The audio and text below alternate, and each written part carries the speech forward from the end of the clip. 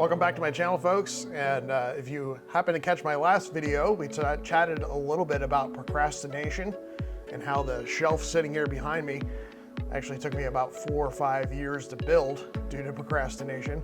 We're going to take a little bit of a twist off of that topic today and talk a little bit about starters versus finishers. Which one of those are you? Are you a starter? Do you like getting projects off the ground? Do you like ideation? Do you like the creative process of starting a project, but you have a hard time getting it across the finish line? Or are you the opposite? Are you an individual who has a really hard time coming up with ideas, but man, if somebody comes up with the idea first, you are the detail-oriented individual that's going to help see it across to the finish line. Of course, we need both those types of people in our world today, and we're going to chat a little bit about that and give you a couple examples of that from some historical figures and some business technology experts, some folks that are household names that maybe you can take some inspiration from or learn some lessons from as far as being great starters versus great finishers. So I'll start off by just letting you know that I feel like I'm a pretty good starter, but I'm definitely not a great finisher. And if you saw my other video, you know that that's the case with this shelf sitting here behind me. So left it empty for now, since even after shooting my first video with it, because I wanted to continue to re-emphasize as a visual prop, if you will, that idea that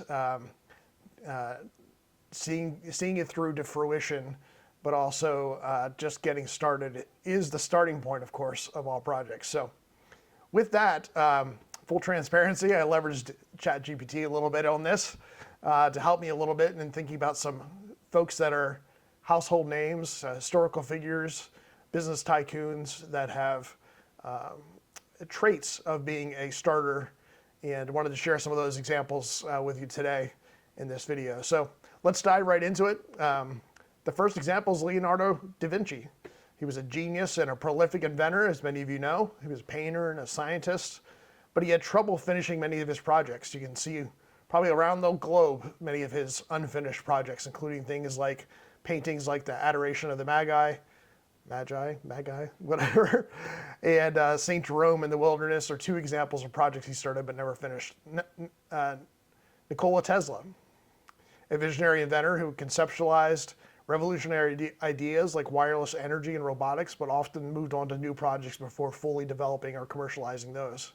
Howard Hughes, an aviation pioneer and business magnate who started numerous ambitious projects, including the Spruce Goose, which many of you are probably familiar with if you saw the movie about Howard Hughes, which was a giant wooden airplane, but often he left those projects incomplete due to his obsession with perfection and his decline into isolationism. Some business examples. Steve Wozniak, of course, from co-founder of Apple, an engineering mind behind the first Apple computers, was more of a starter than a finisher. He eventually stepped away from Apple, preferring the invention and the engineering process over the business execution side of the business. Elon Musk, and this one has a parenthesis around it, says Elon Musk to an extent, but he's known for launching ambitious projects, including, of course, Tesla and SpaceX and Neuralink. We'll stay away from Doge in this video, but Musk sometimes struggles with delivering final products on time, as many of you know. But many of his ventures face delays or unfinished promises, but of course he has executed pretty effectively, and maybe that goes to his team wrapped around him. But he obviously has been able to get spaceships into space where Boeing and others have failed. So there's that. So some creative minds, folks like J.D. Salinger, the author of The Catcher in the Rye, who struggled with finishing projects. After an overwhelming success with his first book, he chose to live in isolation and then complete or publish more work.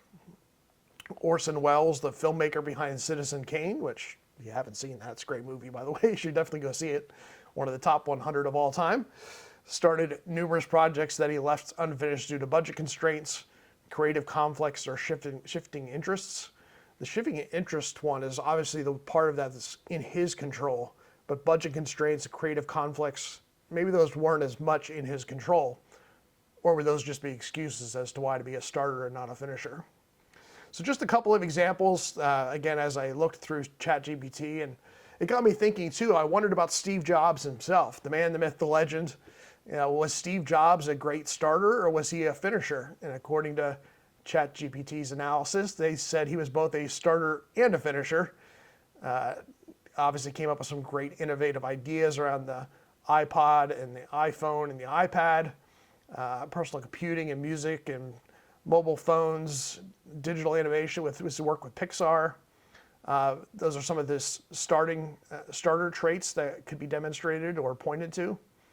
But also finishing traits. He was kind of known as a perfectionist in the execution side of things.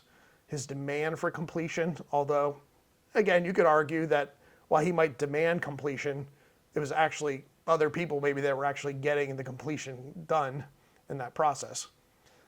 And then, of course, his market success focus and how he wanted to make sure a product, once it got to market, continued to be successful beyond the days that it left his tinkering shop and engineering side of the house. So I'm not going to bore you with all the other details, and ChatGPT gave me on that, but if you want to dig in deeper, maybe you want to go to ChatGPT yourself and ask, hey, tell me more about Steve Jobs, the starter versus the finisher. So that's all for this video. Just wanted to share some perspective on some other folks that might have been a great starter versus a finisher. I'd be curious to hear in the comment section, which are you? Are you a starter? Are you a finisher? As I mentioned at the beginning of this video, I consider myself a pretty good starter, and I'm very grateful and thankful that I have a team around me in my nonprofit work that are great finishers. I know that I can come up with a new idea, get it going, bring the right partners into the mix, but then hand it off to those folks that are really great at the minutia, the details, and are great at the behind the scenes work that, of course, we hope all of you give credit to those folks, because the projects don't get done without those unsung heroes of some of these projects. So that's it for this video, but in our next video, that will be linked somewhere up here, I'm sure, I'm just going to dig a little bit into like what are some of the questions that you can utilize yourself to analyze whether you're a good starter or you're a good finisher, and how can you do a self-reflective activity that might help you in that journey for self-improvement. So with that, thanks again. I appreciate your watching. Please give this a thumbs up and a like, leave a comment, follow if you found great value in this content, and I have a lot more thoughts and ideas and content I'll be sharing in the coming months with you guys. Just some life experiences and life hacks and some things that I've learned along the way that hopefully are beneficial to other folks. So have a great day.